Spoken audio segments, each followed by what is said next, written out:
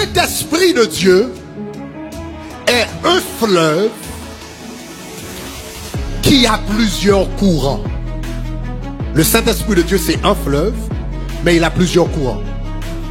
Dans le psaume 46, la Bible dit, Dieu est pour nous un refuge. Le psalmiste dit, Dieu est pour nous un refuge et un appui. Un secours qui ne manque jamais dans la détresse.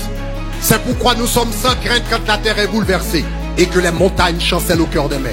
Quand les flots de la mer mugissent et qu'une se soulève jusqu'à faire trembler les montagnes, psaume 46, verset 4, il est un fleuve dont les courants réjouissent la cité de Dieu, le sanctuaire des demeures du Très-Haut.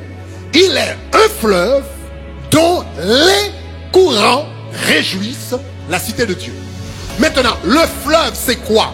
Le fleuve, c'est une image, c'est un symbole du Saint-Esprit. C'est pourquoi Jésus-Christ a dit, celui qui croit en moi, il a dit, des fleuves d'eau vive jailliront de son sein. Et dans Jean 7, le verset 39, Jésus dit, il dit cela par rapport, il dit cela de l'esprit que devaient recevoir ceux qui croiraient en lui. Mais le psalmiste nous dit, dans le psaume 46, il est un fleuve dont les courants réjouissent la cité de Dieu.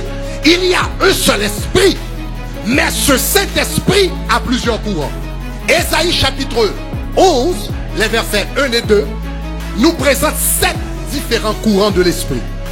Ésaïe 11, verset 2. Puis un rameau sortira du tronc d'Isaïe, un rejeton naîtra de ses racines, et l'esprit de l'Éternel reposera sur lui. Esprit de sagesse et d'intelligence, esprit de conseil et de force, esprit de connaissance et de crainte de l'Éternel.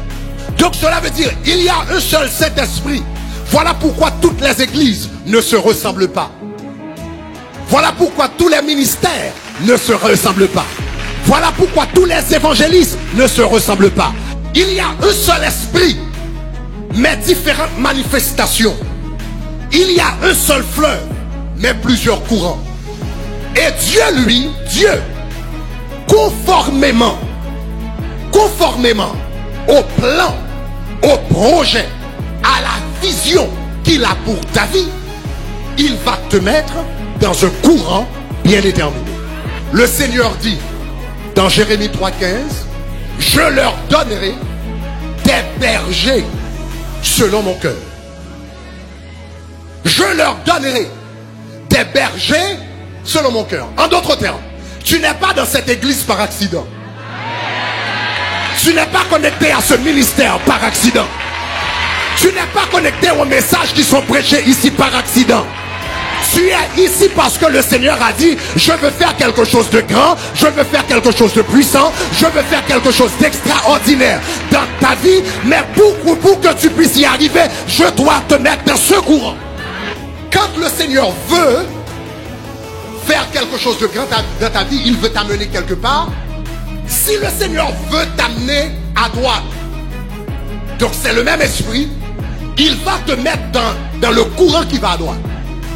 Si ta destinée, ta provision, ta grâce, ta bénédiction, c'est à gauche, il va te mettre dans le courant qui mène à gauche. Mais c'est le même esprit. Un courant va à droite, l'autre va à gauche. Qu'est-ce que ça veut dire? Cela veut dire, tu peux suivre un homme de Dieu qui est rempli de l'Esprit de Dieu, mais que Dieu ne t'a pas donné comme berger, tu le suis et tu rates ta destinée.